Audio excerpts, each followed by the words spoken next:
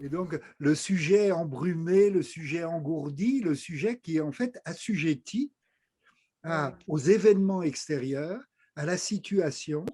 Et c'est vrai que en vous écoutant, hein, on sent que c'est comme si c'était chacun chez soi qui doit se démerder avec ça, quoi.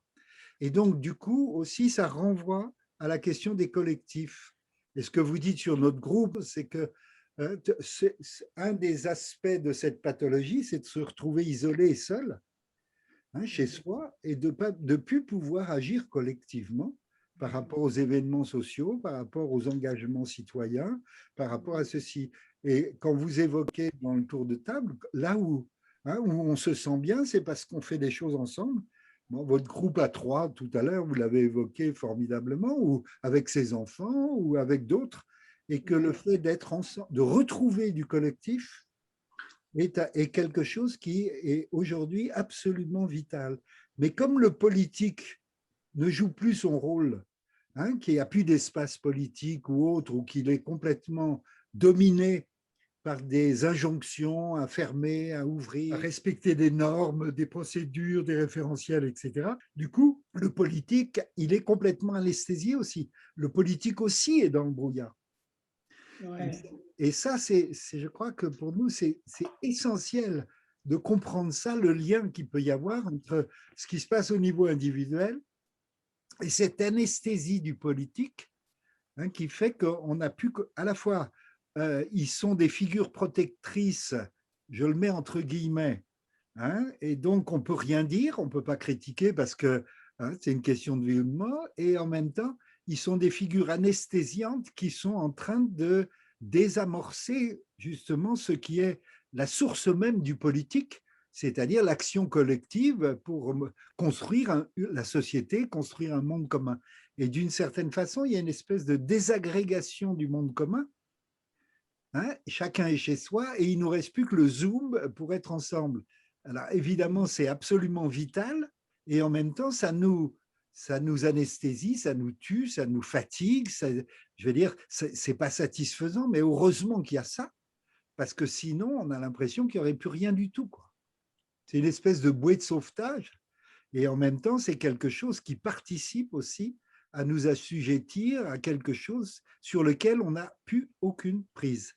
Et c'est là qu'on retrouve de la prise. Alors, c'est vraiment intéressant, hein, dans le tour de table, dans l'action. Alors, il y a la survie, je dirais, agréable, c'est d'aller se promener au bord du fleuve avec son chien, avec ses filles, d'aller sentir, hein, d'aller planter des arbres, d'aller s'occuper de ses fleurs. Bon, ça, c'est vraiment vital.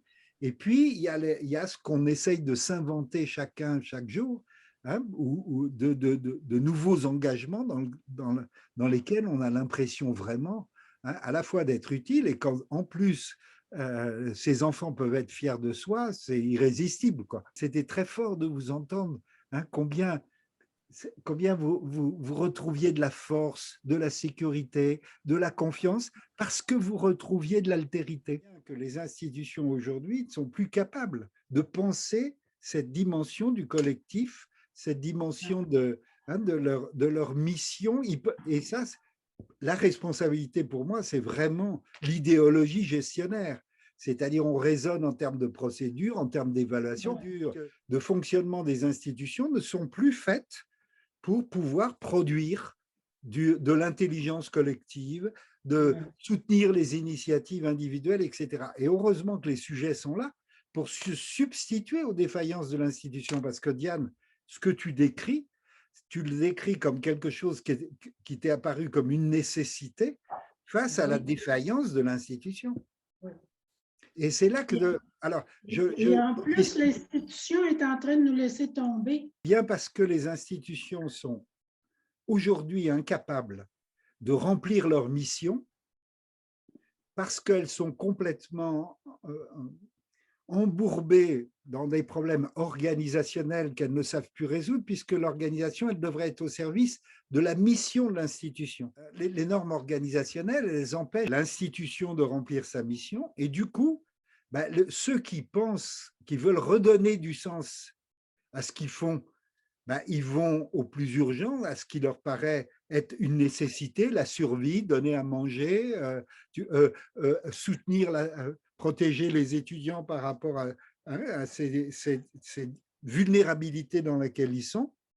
Et donc, on recrée de l'institution en termes des missions, là où l'organisation a failli. Et nous, pour moi, la sociologie clinique, c'est vraiment de comprendre ce mécanisme-là pour devenir intervenant, pour répondre à cette demande-là, qui n'est pas une demande de commanditaire des responsables institutionnels, mais qui est une demande sociale absolument prioritaire et nécessaire, simplement pour créer, pour vivre dans la société et qu'elle soit vivable, et se substituer à la défaillance des institutions.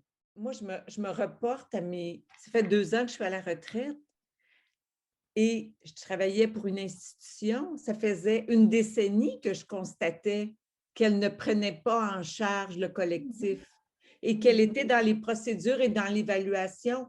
Donc, moi, je pense que la pandémie vient juste exacerber une affaire qui était déjà là. Mais je dirais, n'avons-nous pas une responsabilité individuelle de créer du collectif au détriment, au-delà ou en deçà de l'institution? Et ça, c'est que je pense qu'on s'est trop déchargé de notre engagement, de notre lucidité, de notre esprit critique, de notre créativité.